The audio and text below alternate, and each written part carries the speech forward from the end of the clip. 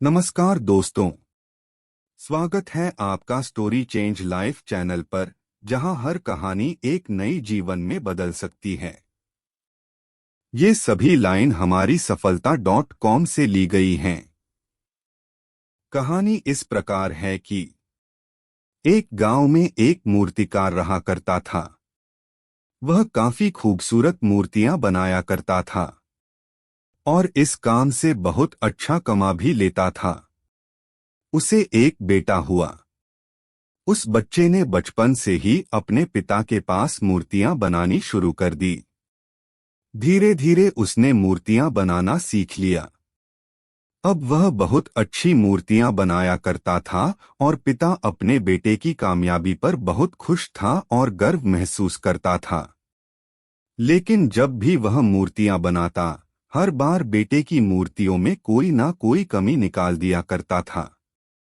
वह कहता था, बहुत अच्छा किया है बेटा, लेकिन अगली बार इस कमी को दूर करने की कोशिश करना। बेटा भी कोई शिकायत नहीं करता। वह अपने पिता की सलाह पर अमल करते हुए अपनी मूर्तियों को और बेहतर करता रहता। इस लगातार सुधार से बेटे की मूर्तियां अपने पिता से भी अच्छी बनने लगी और ऐसा समय भी आ गया कि लोग बेटे की मूर्तियों को बहुत पैसा देकर खरीदने लगे, जबकि उसके पिता की मूर्तियां पहली वाली कीमत पर ही बिकती रहीं। पिता अभी भी बेटे की मूर्तियों में कमियां निकाल ही देता था, लेकिन बेटे को अब यह अच्छा नहीं लगता कि कोई उसकी मूर्तियों पर कमियां निकाले, और वह बिना मन के कमियों को स्वीकार करता था, लेकिन फिर भी अपनी मूर्तियों में सुधार कर ही देता था।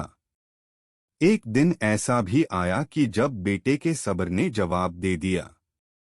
पिता इस बार जब कमियां निकाल रहा था तो बेटा बोला, आप तो ऐसे कहते हैं कि जैसे आप बहुत बड़े मूर्तिकार हो। अगर आपको इतनी समझ होती तो आपकी मूर्तियां इतनी कम दाम में नहीं बिकती। मुझे नहीं लगता कि अब आपके सलाह की मुझे जरूरत है।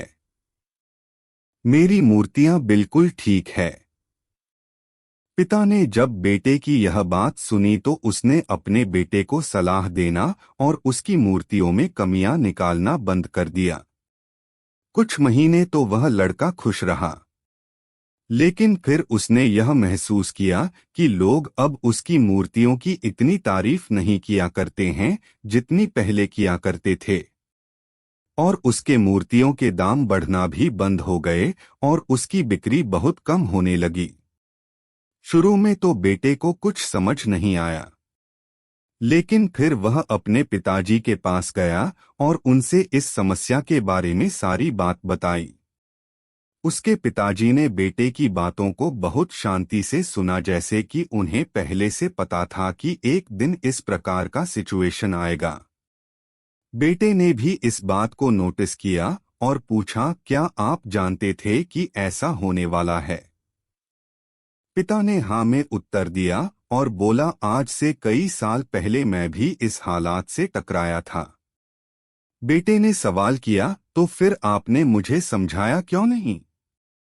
पिताजी ने जवाब दिया, क्योंकि तुम समझना नहीं चाहते थे। मैं जानता हूं कि तुम्हारी जितनी अच्छी मूर्तियां मैं नहीं बनाता हूं। यह भी हो सकती है कि मूर्तियों के बारे में मेरी सलाह गलत हो। ऐसा भी नहीं है कि मेरी सलाह की वजह से कभी तुम्हारी मूर्ति बेहतर बनी हो। लेकिन जब मैं तुम्हारी मूर्तियों में कमियां दिखाता था, तब तुम अपनी बनाई मूर्तियों से संतुष्ट नहीं होते थे और खुद को बेहतर करने की कोशिश करते थे।